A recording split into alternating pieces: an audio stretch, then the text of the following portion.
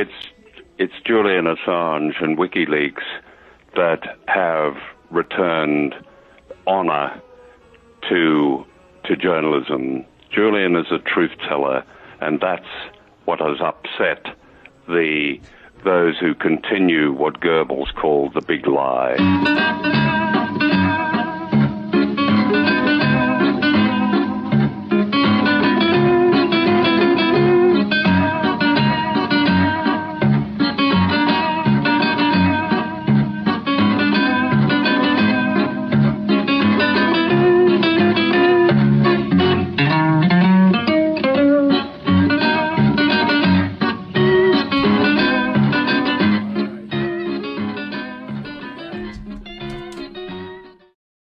Okay, you've seen that clip before of John Pilger.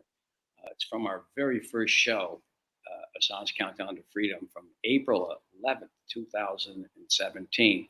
He was on with Julian Assange. So we play that quite often. By the way, I'm Randy Credico live on the fly, WBAI, Progressive Radio Network, Assange Countdown to Freedom, with another special. It's special because we are in D.C. right now, all week doing Assange shows at the world famous, the historic Tabard Inn here in DuPont Circle. We're going to talk to someone, an investigative journalist who introduced me to this place. It was really good fortune that we did that, that he did that way back in August of last year. Because we did a whole bunch of comedy shows here, and the woman that owns it, Fritzie Cohen, wow, she is just fabulous. This place has been so accommodating to all of us involved in the Assange movement, and so has the general manager, Dave Ruby. Dave Ruby, of course, has just done everything. That's not Dave Ruby. That's Fritzie Cohen. But Dave Ruby, the general manager, has just been spectacular, and so has the staff. And it's an employee-owned and run, the Tabard Inn establishment. Fritzie's the matriarch, and she's a real maverick, and she's been politically involved for decades and decades and decades. So I've seen the Tabard Inn, and there it is again. And there's Fritzie Cohen again. We're getting a lot of those today, of Fritzie in the Tabard Inn. But you should take note of it because it's really a great place, and they support 100% Julian Assange, 1,000%, and so we're doing it from here all week. We kicked it off yesterday. We had a wonderful show, and today we got a great show lined up. There was a demonstration today. Not demonstration, there was an event. The event was President Obrador from Mexico visited Biden today, and Obrador has been a strong advocate and supporter of Julian Assange, and he met with Biden. I don't know exactly what they talked about, but he had said previously that that is on the agenda, and the Biden administration said that they definitely we're prepared to talk about Assange. So it's going to be interesting to find out what the discussions produced.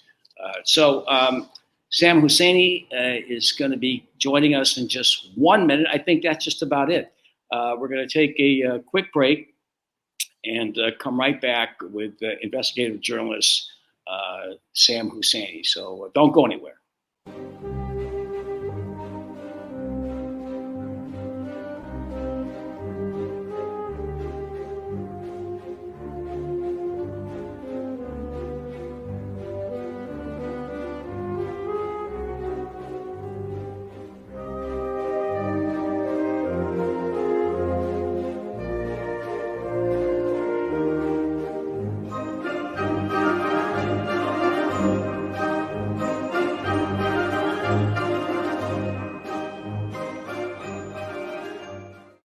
Okay, that was Shostakovich, who has yet to be banned in this country.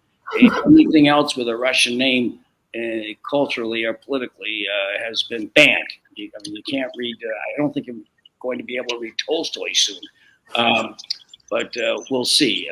There's a lot of censorship going on the planet Sam Husseini is an independent investigative journalist. He's worked in a bunch of places all over. I hear some sound back there. I don't know what that is. Is there something going on that? No, I got the window open, but it's fairly quiet, but I'm happy to close it. All right, well, you can close it, and I can continue to talk about about you, Sam. Sam, I want to thank you. Thank you for inviting me to the Tabard Inn last year and introducing me to Fritzie Cohen. That's great. How long have you known her?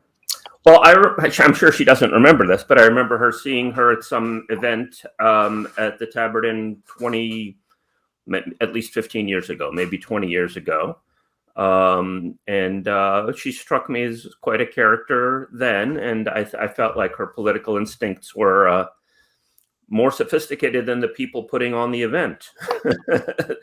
And I was glad to reconnect with her a couple of years ago, more seriously, and it was wonderful to introduce the two of you. Yeah, right. And out of that, I'm here today because I was looking for a place to do that comedy show. As you recall, we went to some other place in the city, some place in the city, and people, as I'm talking, are texting me, but I can't see it because the phone's a half a mile away from me. So we're not going to talk about things that I don't know what's happening with these text messages. So, Sam, on that day that we came here, I immediately knew that she was the right person, and this was the right place to do the comedy shows. This was the perfect place, and it's really blossomed. And the character. Describe it in so many words. Your thoughts about the Tabard Inn.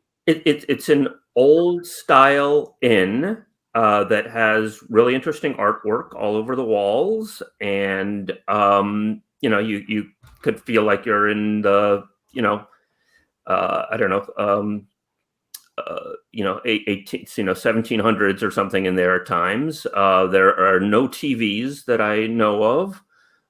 There might be an old radio someplace. It has a really nice restaurant downstairs. I've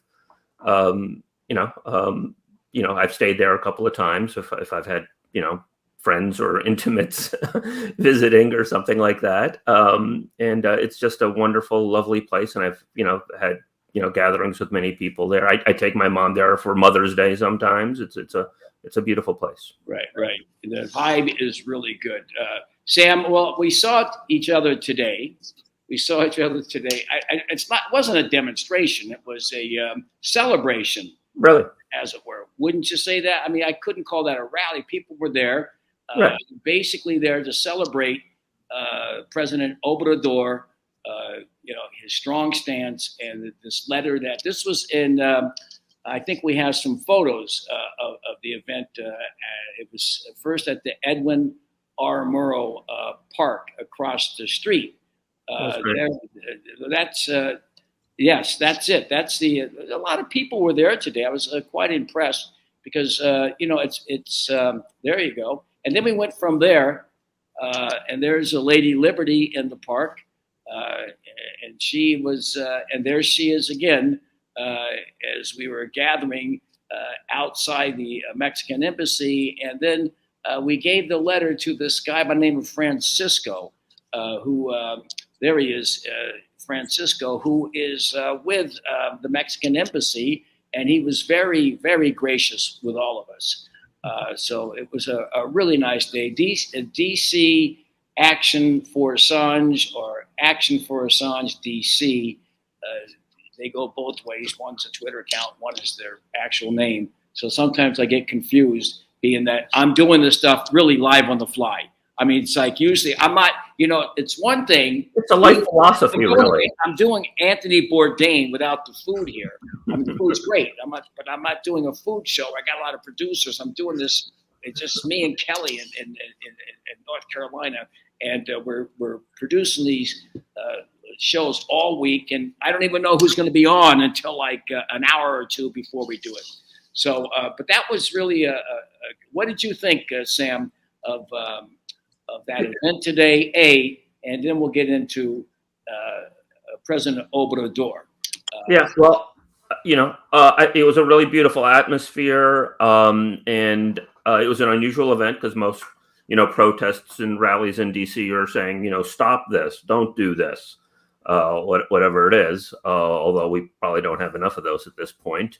But it was really interesting to be at an event where people were basically thanking the Mexican government for, at least at some level, taking a stand for press freedom and for defending Julian Assange and against the U.S. extradition. AMLO, the Mexican president, made remarks to the effect of, if Julian Assange is extradited and thrown into jail, then we got to think about tearing down the Statue of Liberty here. And sending it there, or sending it back to France. Oh, was that it? Okay, yes. I didn't catch that part of the remark, but yeah. So, so that was good, and hopefully, folks thanking him for making his remarks, might have helped stiffen his spine to say it in front of Biden, because I don't think that it got enough media play that he said that, and hopefully he'll continue making those remarks, as publicly and as loudly as possible. Well, I saw the post-meeting press conference, and not one journalist even brought up the question. If it was all about immigration and trade. That was it. Right. Those were the questions that were tossed. So he couldn't just bring it up out of thin air. He had to respond to the questions that were asked. Right. And that's, I'm surprised that, that there wasn't some Mexican press there that might have raised it. I mean, a huge obstacle and something that I've spent a lot of time on is trying to open up the Washington press corps. I have tried to the best of my capacities to get into news conferences at the State Department and elsewhere to ask the tough questions, to, draw attention to critical facts in real time and so on. But we just simply don't have the institutions with the resources and with the reach to be able to do that as meaningfully as it needs to happen. And I think that accounts, frankly, for the attacks on WikiLeaks. WikiLeaks, posed the quote unquote threat to the establishment of a global, major, well-funded media system that could get internal documents and could disperse them to a mass mainstream audience and expose the machinations of the U.S. empire, as well as other major institutions, other corrupt governments. Most dramatically with the collateral murder video. Yes. Which showed U.S. soldiers mowing down Reuters workers. Stop it right there, because we actually have that clip, Sam. And Sure. then let's just put that in. It's the perfect moment to do it. I was going to play it anyway, but let's just show that again, because we always play that, and I think everyone needs to see it. That's light them all up. 202 traffic, 260. Come on, fire. Hey, Roger. Keep shooting. Keep shooting. Let's master two things. We need to move time now. All right, we just engaged all 8 individuals. Yeah, we got 2 birds. We're still firing. Roger. Got him. 6 is a 2-6. We'll move, but we got this. Oh, I'm sorry. Well, I was bypass. God damn it, Kyle. Sorry. I hit my head. Wow. So every time I see that, I get blown away. Excuse, not the right choice of words, but I get, it really gets under my skin, and I'm dazed. But what's your visceral response when you see that, Sam? Well, not only the killing and the images, but the fact that Reuters, who's those guys getting shot up work for Reuters in Iraq, kept asking the Pentagon for any information they had, any footage, etc., about their deaths, their killings, and the Pentagon wouldn't hand it over. Okay, I mean, you could, I guess you could have imagined, oh, okay, mistakes happen, and then the Pentagon fesses up and says this is what happened. They didn't even do that. They killed these guys. They slaughtered these guys who are media workers in order to do, for God knows what purpose. Either it was a mistake or they just don't want media workers roaming around freely in Iraq during that period of time, because God knows what they'll uncover, what other crimes they'll uncover. So in either case, they mowed them down. And then Reuters kept asking for the footage, kept asking for information, and the Pentagon wouldn't give. The only reason we've seen this footage is because Chelsea Manning gave it to WikiLeaks. So you have now the public sees the mask, or at least part of the mask of the U.S. empire, torn off, because the Pentagon only wants you to see this clean war, and that they're only killing the bad guys and they're not killing journalists or other innocent civilians. But this is the reality here. So now that WikiLeaks has disclosed this and Chelsea Manning has disclosed this, now they are making them a target. So it went from targeting Iraqi journalists in a local level when Iraq was central to the conception of what the U.S. is and what the U.S. empire is, to targeting the people who were telling the truth about them killing the other truth tellers.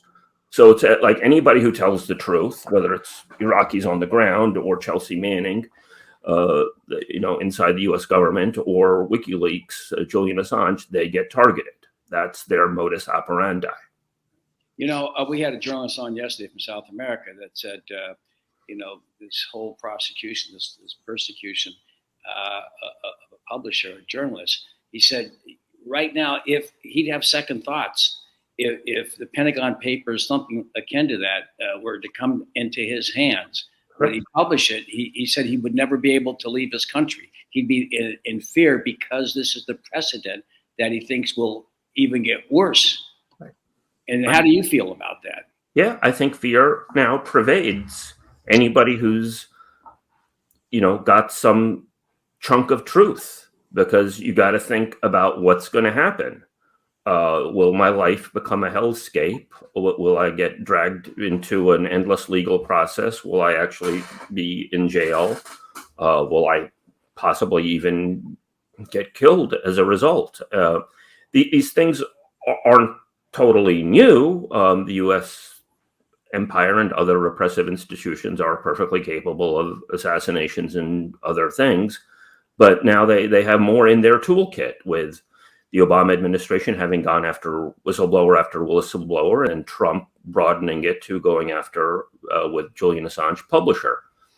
So this needs to stop, and it needs to stop yesterday. And, at one sense, this is very bad, because it has, made WikiLeaks have to be on the defensive. But in some sense, it's good, because so many people have exposed themselves, either because they've gone along with this or propagated it or been silent about it.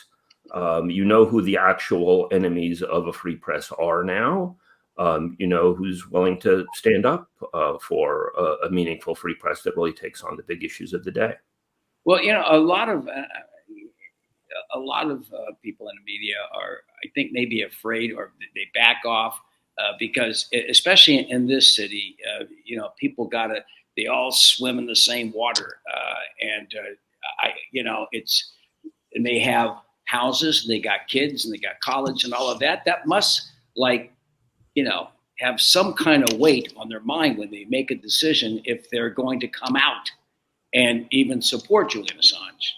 Yeah. Absolutely. And there's a tremendous pressure to not ask the relevant questions. To not, hold power to account, and to become effectively part of, or at least an appendage of, a fundamentally corrupt system that's perfectly capable of committing massive war crimes and getting away with it.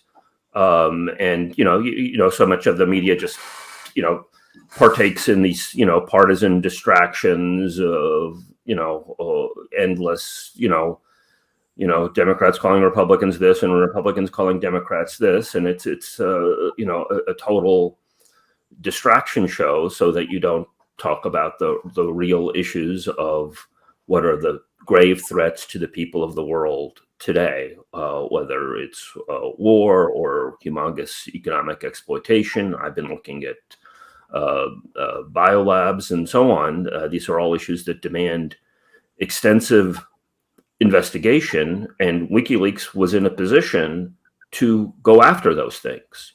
Yeah, and that's why they're getting hammered, because the U.S. system, the establishment, does not want that to happen. So they're making an example of them as best as they can, and what people can do is expose that as best as possible and to try to get the system to back off. Yeah, today was encouraging. I really wasn't expecting that many people to come out. I've been at this for a long time, and there's not a lot of mass support for Julian Assange. I mean, the people have other things, the public has other things, that it's just not there yet. But today, I think, was encouraging. And this is a vital city for people to organize. I think DC is where the action is. How do you feel about that? I think it's really important. That's why I was on the board of WPFW, the local Pacifica affiliate, owned and operated station actually, for a while, to try to get them to be more political. There are other, vestiges of actual activism in DC. It's a much, I came from New York. I was in New York in the 1990s and then came to DC, and I was struck by how much more passive DC was than New York, and part of that is just the population difference and so on. But I think that it's really important to have as big of a galvanizing effort as you possibly can here. You can actually get in the face of political people, of the decision makers. You can confront them directly. You can stand outside their offices. You can. I had a project for several years where I would go to the studios of the Sunday morning talk shows and question the officials as they got out of those things. CNN would send a camera crew in front of the ABC studios, and then they'd ask them the same stupid, banal questions that they got asked when they were inside. Well, I'd ask them, actual tough questions. So there are opportunities, but it takes work, it takes resources, and it takes, journalistic organization to pull stuff like that off. Well, I can tell you're one person that's very courageous, and I'm sure you could be making $5 million a year and being in the studio sitting next to Ari Melber. I would have slit my wrists. You wouldn't want to sit next to Ari Melber or Wolfowitz or Jake Tapper. I mean, or I would have strangled them. Maybe I should say. I don't even know why they call themselves journalists. I mean, you watch those shows. It's like an old joke of mine. They remind me of the McLaughlin Group, where you get 5 points of view: the right, the far right, the extreme right, the fascist right, and the third right. That's what you get when you watch those programs, because it's just opinion, and the opinions are all the same. Yeah, unfortunately, what we've seen over the last several years is an escalating corruption of liberalism and leftism, in my view, with the Russiagate narrative, with the rehabilitation of all of the warmongers because they were supposedly opposed to Trump, with the whole pandemic origins thing, where a lot of the progressives drank the Kool-Aid that it couldn't have come out of a lab. That's something I worked on a lot. All of these things have inculcated a corruption of liberalism, unfortunately, so that you can have this partisan sniping back and forth that dominates political life. So nobody's actually thinking, right? Everybody's just, the other party says this, Trump says the sky is blue, I have to say the sky is yellow. And that's not thinking. That's not being a conscious human being. That's not being alive in our time. We have to look at what the actual, real world looks like, and where the power rests, and who's using it to corrupt and insidious ends. Right. So once again, we've been talking to Sam Husseini. What's up next with you, Sam? You want to give us what's happening and what we can expect from you? Give us a little teaser. Sure. I hope to be coming out with a major article next week relating to pandemic origins. I've been investigating scientists and others who claimed that the pandemic couldn't have come out of a lab, and I found some very interesting things and relations to. I'll leave it at that. And people can check out my webpage, Husseini.org, and they can sign up to my Substack. I hope they do that. And I'm trying to the best of my ability to get interesting information out. Yes. Well, I hope to see you later on tonight. We can have like a cup of coffee or a drink from a samovar from some hidden location. And I'm sure I can make it read to each other in one of those drawing rooms that we know from War and Peace, the Rostov drawing room. I really want to test the waters and see how far they go with this mass hysteria that's happening in this country right now. In terms of Russia, yeah, I was born Usama Husseini, and I thought that my name couldn't get any worse than that. But maybe I should marry a Russian woman or something, so I could be Usama Husseini Ivakanovich or something like that, and then I'd be like a total triple threat. How do people contact you? And see your work. Husseini.org.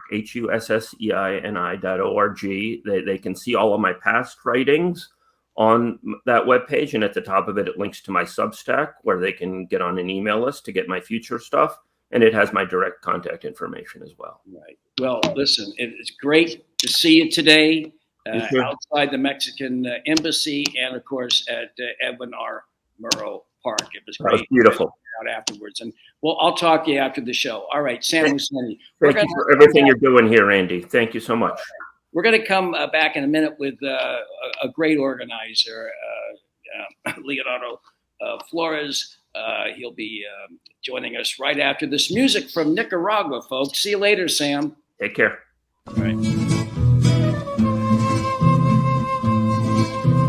Compadre, guarda barranco, hermano de viento, de canto y de luz.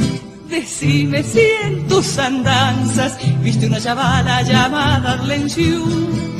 Yo vi descenso entre amigo, una estrella dulce en el cañaveral, saeta de mil colores, entre los rumores del pajonal.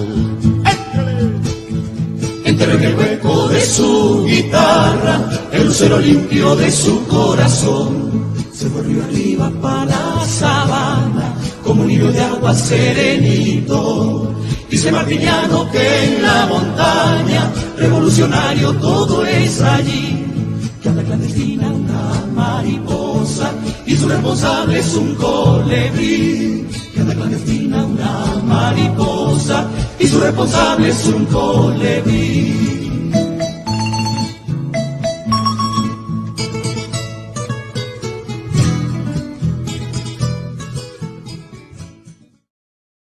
Okay, that was Carlos Mejia Godoy, music from the 80s, and Luis Mejia Godoy. I spent a lot of time in Nicaragua, as you know, folks, back in the 80s. By the way, I'm Randy Critical. This is Randy Critical Live on the Fly, Assange Countdown to Freedom on WBAI and Progressive Radio Network. And we are joined now by an individual who I have seen many times. He doesn't remember, but I saw him in the Venezuela embassy a couple of years back. I was up to my dog Bianca. I don't know when it was, like 2 or 3 years ago. And we'll talk about that in a few minutes. And I've seen Leonardo at every Assange event over the last year, and he joins us now. He is a political analyst and an expert on Latin America. And it's great to finally get you on the show. You're in such big demand, Leo. Thanks so much for having me on, Randy. It's really an honor to be with someone who's been in the struggle for so many years, in addition to being such a talented comedian. I don't know about that, but I have been in the struggle for a long time. Being in the struggle, we're just going to go ahead and improvise here. I'd like to make it like we're sitting down and having a coffee. But being in the struggle, there's something about being in the struggle that gives one life. I used to work with this fella, who was in the Munsters by the name of Al Lewis. He played Grandpa Munster. He was 88 years old when he died, but he was like a 65 years as an activist. And he always talked about how invigorating being involved in struggle and being an activist is. Do you feel the same way? Yeah, absolutely. I think if you're not involved, if you have the convictions that lead you to become involved, but you're not involved for whatever reason, I think it can be a very lonely existence, right? Because you're not connecting with people who are doing the work that you want to be doing. I don't think being involved online. I mean, I think there's an important part of the work to have this online presence, of course, but I think you have to be out there on the streets too, because it is invigorating, it's energizing, and it's how you build community and it's how you organize. And you can't really organize without building community in some ways. So absolutely, it's getting out there and being on the streets is totally crucial. Well, I like doing it. I mean, I do radio and I do podcasts and all that, but I prefer being on the street. I really, that like today was something I enjoy just as much, if not more. Going to Nicaragua in the 80s and organizing there and against the drug laws in New York, etc., was more invigorating than any and more spiritually rewarding than anything that I did on a nightclub stage throughout my life or on a television show. And I'm sure you feel the same. I mean, it's just... Yeah, I think you feel a sense of security too, knowing that there's people who are going to be with you. Because I mean, many times on the streets, especially when you're facing off against cops or fascists or whoever, just having people right next to you, you know that people will have your back, right? And I think that's really an important sensation to have. And that's how you kind of build power, is making these connections with folks on the ground and keeping this movement growing and keeping it out there. Now, I mean, being on the streets, of course, is super important, but obviously doing this media work is a crucial part of it as well. Absolutely. And I take a look at a person like Roger Waters, who is a huge star, but he's still out there on the street. He's been at many, many demonstrations. I mean, he went down to Ecuador with Steve Donziger. I mean, he's been around. He's gone to Palestine. This guy, there's a media guy, I mean, a great rock star, but also is out there. And I think he finds doing that just as rewarding, even more so, than appearing on stage. But he's also organizing when he's on stage. You know what I mean? He's also sending out a message, and a very important message to a group of people out there. He's touring right now that are hard to reach, that are difficult to reach, and they like his music. And if he can tell them something subliminally, directly, I think it can have a big impact.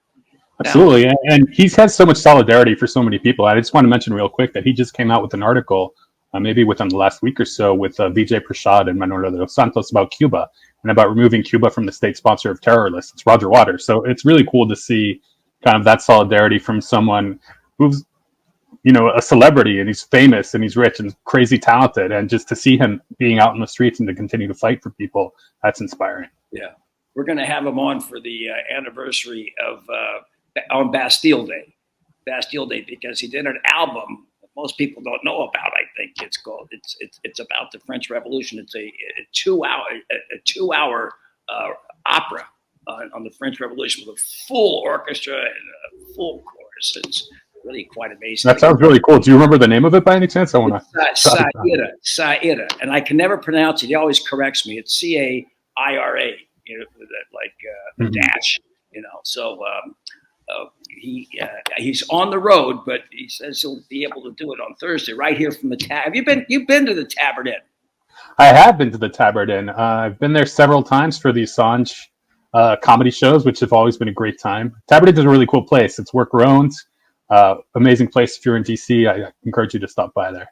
It's the Rick's joint from Casablanca here. In a way, it's a place where you feel safe, and the politics are really good. You don't see that in most, hotels or nightclubs in this city or even New York. Yeah, in DC, it's tough to find that sort of atmosphere actually, because usually you're surrounded by like K Street people or Capitol Hill people in many of the bars around DC. But Tabard Inn is a place where you can definitely feel comfortable and at home.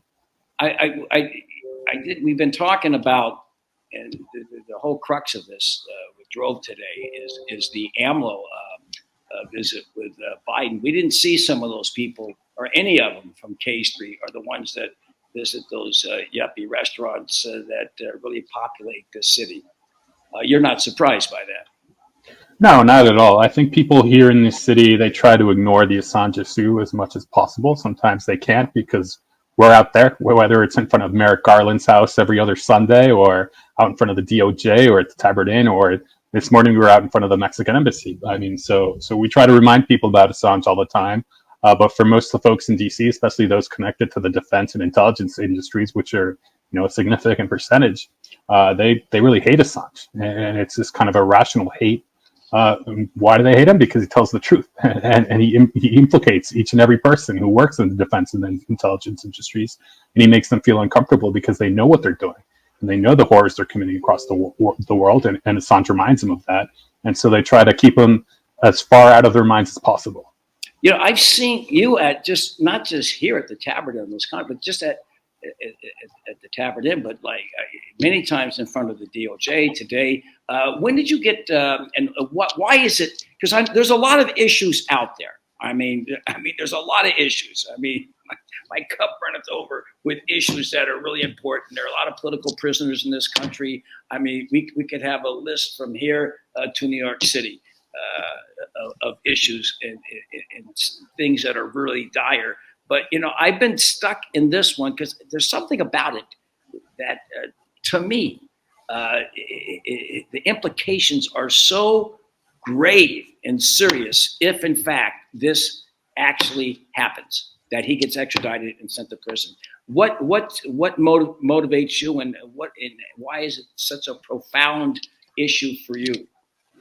Well, I think one of the most important things about Assange and WikiLeaks is that, they've revealed information in almost real time, maybe a year or two delayed, but for the most part, when we talk about getting information from the government, we're talking about FOIA, Freedom of Information, and FOIA requests, and those can take decades, right? We might not know the truth about something that happened until 50 years down the line, and by then, what can you do about it? But Assange, what he's done is so important because we've known almost immediately, because the people who carried out these horrible crimes are still in power in many occasions, and they can be brought to justice, they can be held accountable.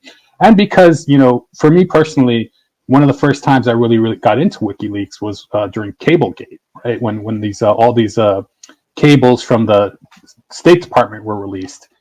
And that had maybe not a huge impact here in the US, but throughout the global South, that was news for years and years because of everything that was uncovered in those. In the case of Venezuela, where I'm from, they basically, in the cable gates, you could see the strategy that the United States was going to employ to overthrow the Venezuelan government. And it's a strategy that they're still using to this day, which includes, for example, isolating the president of Venezuela from the international community. They've tried that. They've tried to divide Chavismo, which is the movement behind the Venezuelan revolution. They've tried that and failed. They've tried to, bring issues about so-called democracy and human rights and freedom of the press and the alleged lack of it in Venezuela. They're bringing that to the forefront in the media, and they've been successful in mainstream media in that. And so just to see, and these are all kind of conclusions we had come to separately before Cablegate when analyzing what the U.S. had done. And so to see all that just written out very clearly and have, the Venezuelan ambassador, the U.S. ambassador to Venezuela's name on those cables, to me, it was just like, oh, okay, I'm not crazy. I'm not a conspiracy theorist. This is actually happening. And then the same is true for many other countries. Going back to Mexico, I don't know if Sam talked about it, but earlier today, he was talking about how the United States spied on the UN Security Council in the run-up to the Iraq War, and how we learned about that through WikiLeaks.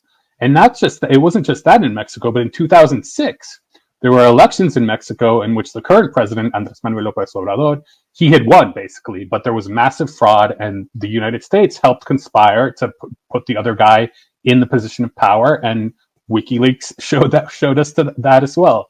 And so, beyond the collateral murder video, which is, obviously perhaps the most important thing that's come out of Assange's work, there's been so much else, just demonstrating very clearly the steps the United States will take to ensure it retains control of the global South, to ensure that it remains in place as the global hegemon.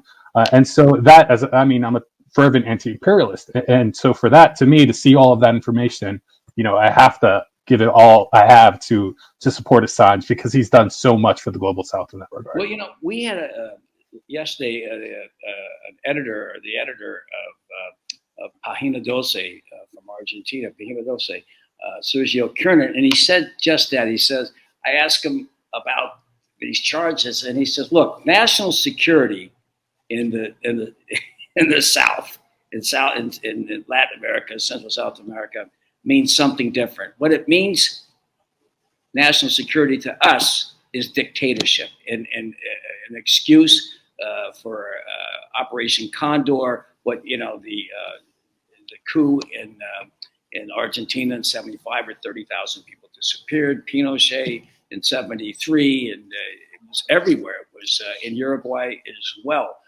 So when you hear the term national security interests, what does that imply to you? I mean, very much the same. I hear that term and I think, oh, someone's going to get killed and it's going to be for horrible reasons. I mean, national security, few other countries actually even talk about national security in these ways, right? Because the US is so obsessed with it. And it creates this sort of kind of paranoia within the people of the United States, right? That every other country is out to get us, when in fact it's really the other way around. And it's all backwards. It's not that we're interested in defending our own national security, it's that we want to impose this concept of national security on other countries. And we've seen that, right? We've seen the militarization, but going back to Mexico, we've seen the militarization of the borders, militarization of police, particularly since 2007 when Plan Merida, this basically the war on drugs when it came to Mexico. And so, yeah, those are scary words. And really, when we talk about security interests in Latin America, it's more about safety rather than security. And I mean, Latin America has this tradition of being, or wanting to be rather, because it's still kind of an aspirational goal, of wanting to be a zone of peace. And it was, the CELAC, which is the Community of Latin American and Caribbean Countries, which is this multilateral organization that's still kind of in its formative stages. Back in 2014, they said, you know what, this entire region, south of the United States, of course, is going to become a zone of peace. And that's what we're pushing for in the region. And that's what we see as security is peace, not, further militarization and more money to the arms industry. Are you encouraged by the trend of progressive governments in Central and South America? And do you think there's going to be like this major pushback, out of this country from this continuing and even trying to roll it back as we've seen in Honduras? Yeah, I'm very encouraged. And so something similar happened about 20 years ago when you had Chavez in power in Venezuela. You had Kirchner in power in Argentina. You had Lula take power in Brazil, winning through elections, of course. And then there was kind of a backslide because the United States really kind of began to focus more on Latin America starting around 2010 or so. And a lot of money was invested in breaking these movements apart. And they were fairly successful in some cases. So, for example, in Ecuador, Ecuador being the key case regarding Assange, you had the Correa governments who did exceptionally well in terms of managing the economy, in terms of, making the society more dignified for working class folks and for indigenous folks. And then you had this candidate come that was supposedly aligned with all of that, and he betrayed the country. Right? And that was really the United States was behind that. You had, Bolivia, right? You had a coup in Bolivia in 2019. The United States and the OAS, the Organization of American States, were behind that. You had Brazil, right, where you had the president, Dilma Rousseff, basically impeached on what turns out to be kind of a sham investigation on sham corruption charges. You had Lula, the former president and current presidential candidate. He was jailed on fake corruption charges. Again, US DOJ heavily involved in that. So we saw this kind of counteroffensive before. I'm sure we're going to see it again, but these are kind of maybe cyclical things. Maybe cyclical might not be the right word, maybe like a sine wave, right? There are ups and downs. And right now, certainly the progressives in Latin America and the Caribbean are on the way up. The latest example, of course, is in Colombia, where you had a left-wing president win for the first time ever. They're doing, I think there's a lot of hopes that in Colombia is going to take a very new direction, and I think they will take that new direction. Brazil has elections later this year, and everything points to Lula being on the left winning that. So for the first time in a long time, you're kind of the major economies in Latin America are all going to be controlled by the left. You're going to see a greater push towards regional integration and unity, because really that's the only way these countries can withstand pressures from the United States, is if they all have kind of a one solid block. So yeah, I'm very enthused about the state of the left in Latin America and the Caribbean, understanding, of course, that the United States will at some point start to push back against it. I want to talk about today's event, but before we get there, I just want to ask you about the current situation with Venezuela. I mean, I hear of an olive branch that was, sent because they have oil, and and the same thing with Iran. I don't know, where is that right now, and what's the state of affairs between the U.S. and Venezuela at the current moment? I would say, yeah, relations are still pretty tense, but there's been kind of a thawing of relations, right? So the United States, the Biden administration sent officials to Caracas. It was the first time in over 20 years that U.S. officials White House officials had gone to Venezuela to speak with the president, and they spoke with President Maduro. And out of that, there was an immediate gesture from the Venezuelan side. He released two people who have U.S. citizenship who are in jail on various charges in Venezuela. But we haven't seen that sort of reciprocity back from the United States yet. What we have seen is talk about lifting sanctions related to oil. They haven't taken that step yet. But in fact, Venezuela is actually doing pretty well. There's been reports, I think it was, I'm forgetting the name of the bank, but a European-based bank came out with an estimate the other day, a couple of months ago, that said the Venezuelan economy was set to grow over 20% this year, which is totally insane. And that really shows how far the Venezuelan government has gone in terms of being able to overcome the sanctions. So the economy is growing, inflation is stabilized, the situation is much better. It won't get improved significantly until the sanctions are lifted. The Biden administration has shown no indication that they're going to do that yet though. What they have done is lift some secondary sanctions, allowing European oil companies to do business with Venezuela. Although, we say allow, when really it is, we're talking about, if it's free trade, why is the U.S. blocking this in the first place? But I think there's still a long ways to go. It's very concerning because I think it's going to be more difficult for Biden to act on Venezuela in a positive way after the midterm elections. And he's not acting on Venezuela right now because of the midterms, because he's so scared of a blowback in Florida, because Florida is where, you have so many Cuban and Venezuelan right-wingers who are so tied to the political machinery there that they can swing elections one way or the other. And that's why we haven't seen much movement on Venezuela. But I do think that the Biden administration has changed its stance compared to the Trump administration in the sense that they're not openly looking for regime change anymore. They kind of want the oil to flow again. Yeah, where's Juan Guaido these days? He's still in Venezuela. He's very unpopular. He got beat up at one of his own meetings a couple of weeks ago. He's like a nobody. A nicer guy. Yeah, really. He's a total nobody. He's really, I would say he's a nobody, but he's maybe the most proficient scam artist ever. We're talking about hundreds of millions of dollars that him and his cronies have taken that belong to Venezuela, and that it's now lining their pockets. But he has no popular support in Venezuela.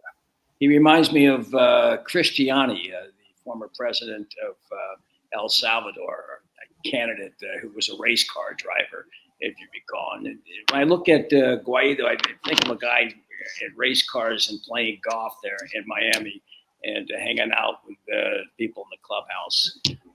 Talking with future. Leonardo Flores. Now, today was, to me, was an encouraging day. It really was. And so your awareness of you're an expert on Latin America and the Caribbean, anything global South in this hemisphere at least. And so your thoughts about AMLO to begin with, and why he has stood up so strongly against the Biden administration in many ways. But this, to me, was really significant coming out. It took a lot of guts, I believe, to do this. Yeah, I agree. And it's not the first time that AMLO has spoken up in favor of Assange. I think at least going back since 2020, he's been calling for Assange's release, but offering asylum and saying that he was going to bring it up in conversation with Biden, that's a really important step. AMLO, I think there's a lot of criticism of AMLO within Mexico, but from an outsider's perspective, and particularly from a Venezuelan perspective, one of the most important things that AMLO has done was not recognize Guaido, right? And so he basically embraced the Mexican tradition of non-intervention of being their most important pillar for foreign policy. And he said, you know what? We're not an interventionist state. We're not going to go along with these plans that the United States is having to, put forward this fake president. And so he continued to recognize Nicolás Maduro, and that was hugely important. Not only that, but then AMLO goes to the Summit of the Americas, held by Biden earlier this summer in June in LA, and he said, you know what, I'm going to boycott it because you're not inviting Cuba, you're not inviting Venezuela, and you're not inviting Nicaragua. How can it be a Summit of the Americas if these three countries aren't invited? And that was a hugely important step as well, because it's really a slap in the face to the Biden administration, because this was supposed to be, you know, a huge deal for them to have all these Latin American leaders basically come and kiss the ring, right, in LA. And then you had AMLO and you had the Bolivian president and several prime ministers from the Caribbean say, no, we're not going to go. And so AMLO, you know, deserves a lot of credit for that. He deserves a lot of credit for basically saying, you know, the United States and Mexico have a lot of issues that they can work on, issues of mutual interest, but, you know, we're not going to let ourselves be pushed around as you know, the United States has done to Mexico for many, many years. There's an old saying that, you know, Mexico, you know, poor Mexico because they're so far from God and so close to the United States, right? So let me ask you this. Can you hear me okay? Yep. Okay. Let me ask you this. Will it have any impact, that meeting today with Biden? First of all, let me ask you this first. Have you seen any news reports, any analysis, if that even came up today? I don't even know. I've been looking for hours to see if it even came up. But as I said to the last guest, Sam Husseini, I couldn't tell. I couldn't tell if and after the meeting was over, they had a press conference, and none of the reporters, of course, brought it up. Yeah, I haven't seen anything about it yet, actually. And I looked as well, and I saw no references to Assange. Maybe that'll come out in the next few days that he did bring it up. I hope he did. As to whether something will come of this, you know, I think something might come of it in the sense that if there's more and more pressure to release Assange coming from governments, whether it's Mexico, hopefully we'll see, I mean, hopefully a European country will step up and say something similar, but, you know, not holding my breath for that one. But we do need this kind of international effort, this international pressure on Biden to release Assange or to pardon Assange or to give him asylum or whatever it may be. Because otherwise, you know, it's very scary what the United States has in store for Assange, as you've covered, you know, repeatedly on this show. It's very frightening what they're planning for Assange and what it will mean for everyone else too. I mean, I think, you know, freedom of the press, freedom of information is going to take a huge step backwards if the Assange prosecution continues. But we'll see what happens, you know. And to be honest, I if I were Assange, I don't know that I would accept asylum in Mexico, just because you already had something very similar go on in Ecuador with a change of government. So who knows what a change of government in Mexico would mean for Assange if he accepted asylum there. I think, you know, if he were to have to accept asylum somewhere in the Americas, I think Cuba would be the safest place for him, where nobody would be able to touch him. Because I think, you know, unfortunately, I'm just going to live in fear the rest of his life, even if he is freed, because the security apparatus hates him to such a degree that who knows what they'll do. Yeah. I don't want to make a complete exact comparison, but President Cardenas gave Trotsky asylum there, and he couldn't protect him right back in the 30s. So, you know, you don't know, and he would be definitely much safer in Cuba, you know, anywhere else. So, and you know, we can't expect so far. It's hard to think that the Australians are going to put any pressure, even though President Albanese said that you know, enough is enough, but he hasn't said enough since then, you know. And you know, President Kirchner, she's vice president now, I guess, in Argentina, came out recently very strongly in support of Assange. But we got to see it from these other countries. I mean, there's a leftist governments. I don't know where they are, but hopefully they'll follow suit. Anything out of today? Let me mention the demonstrations or the vigils that you have in front of Merrick Garland's house. How is that going? I've only been to a couple, but it's really nice. It's actually very easy to get to because we have a decent metro system in the DC area, and his house is, you know, a pretty, like a 10-minute walk from a metro station. And sometimes the neighbors get annoyed, and there's always like a Secret Service presence outside of there. And sometimes we've seen maybe a family member come out and like look at it's funny, but it's nice because we do get walkers by who are curious. Many of them have no idea who Assange is, and then we try to explain, and then they're kind of shocked that the United States would imprison someone like Assange. So we're slowly but surely reaching out to the Bethesda population, I'd say, about Assange and letting them know that Merrick Garland lives in Bethesda and he could do something about it if he really wanted to. It's Action for Assange, the number 4 Assange DC are organizing these events on is it a weekly basis? Every other Sunday. I think the first and third Sundays of the month. I see. And finally, what else do you envision is necessary in terms of organizing in the future as we go forward in the case of Assange? Yeah, I mean, if he ends up being extradited here, which I think we're all dreading that he will be, I think we're really just going to need more folks to come out. We need to grow this movement, and we really need to connect how Assange is related to so many of the struggles that we're all actively fighting for, right? And hopefully we will get that kind of growth, because when if he comes to the United States, I think the media is going to have a tougher time ignoring him, just as they ignore him pretty much on a daily basis here, the mainstream media. So I think that should be a target as well. These Washington Post, New York Times, Wall Street Journal, why aren't they more vocal about Assange? I mean, we're talking about media corporations that made money off of the leaks that Assange made possible, right? And so if they've made money off him and now they're just throwing him under the bus, that's a really sad state of affairs. So hopefully we can shame them into being more coherent in their views about press freedom. Right. Well, it's been fascinating talking to you. I mean, really, I don't know what took you so long. You hadn't invited me before. What can I say? Well, how do people contact you who want to be part of this movement? Sure, you can reach out to me on Twitter. It's @LeonardoEFA. That's the easiest way. Say that again. @LeonardoEFA. EFA. Leonardo EFA, folks. All right, get in contact. Follow Leonardo.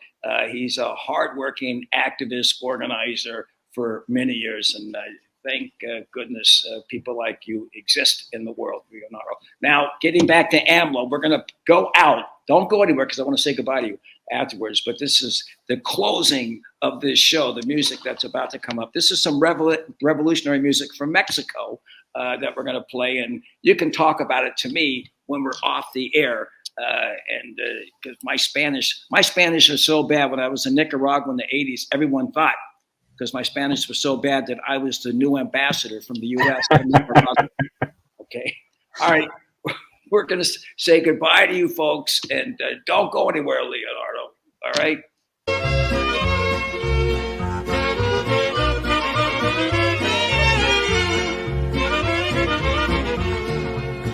¿A dónde van los trenes pasajeros? ¿A dónde van palomas del oriente? ¿A dónde irán los cantos más dolientes? Van a llorarle a un hombre guerrillero, el más bragado, más cabal y más valiente. En todas partes la gente levantaba, allá en Chihuahua, Parral y La Boquilla, no más de verlo el gobierno se espantaba y se nombraba el general Francisco Villa, allá en Chihuahua, Parral y La Boquilla.